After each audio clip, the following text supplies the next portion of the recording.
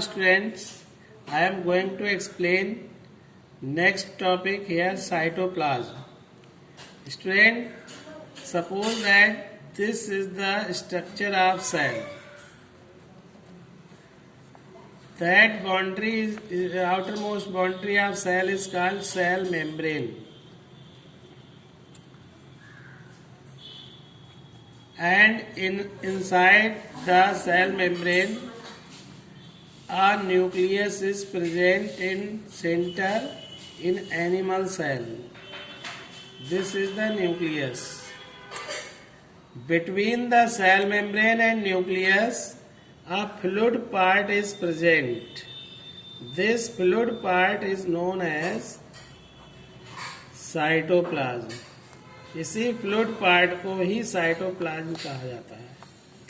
तो we can say that the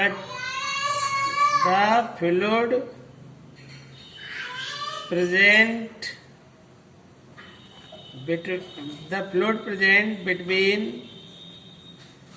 cell membrane and nucleus is called cytoplasm. इसी को cytoplasm कहा जाता है. Student,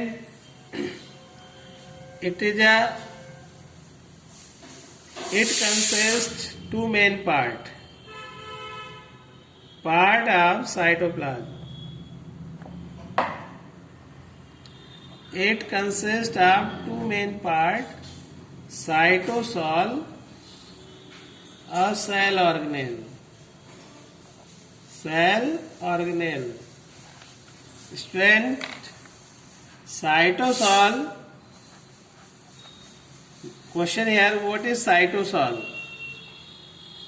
So the transparent fluid part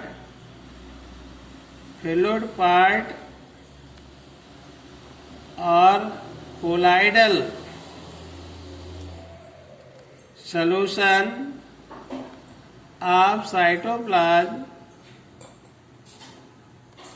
is called cytosol. cyto means cell और sol mean यहाँ collide से है. तो सेल का जो कोलाइड होता है उसी को साइटोसॉल कहा जाता है. Now second part is cell organelle. Student, the functional parts of units of cytoplasm are known as cell organelle. जो सेल के अंदर साइटोप्लाज्म में जो फंक्शनल पार्ट होते हैं उसी को सेल ऑर्गेनेल कहा जाता है. साइटोसॉल जो होते हैं उनमें क्या क्या चीजें होती हैं? तो इट कंटेन्स क्या क्या चीजें होती हैं, किन किन चीजों से मिलके बना है? तो इसके अंदर देखिए स्टूडेंट, क्या होता है? Water, sugars, minerals, vitamins, enzymes, amino acids,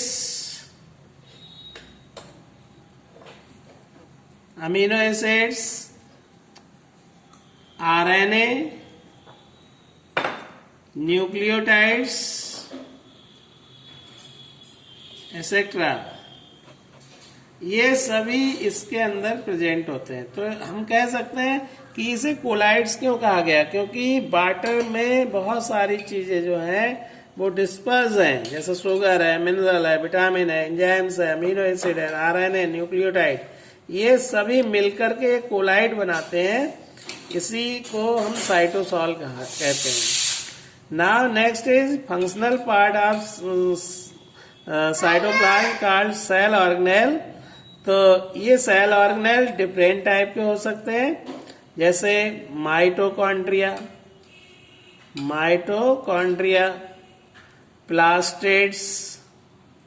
plastids, जो ओनली प्लांट सेल में प्रेजेंट होते हैं। नेक्स्ट राइबोसोम,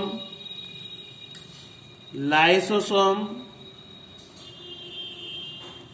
ER जिसे एंडोप्लाज्मिक रेटिकुलम कहा जाता है, वैक्यूल, एक्सेट्रा।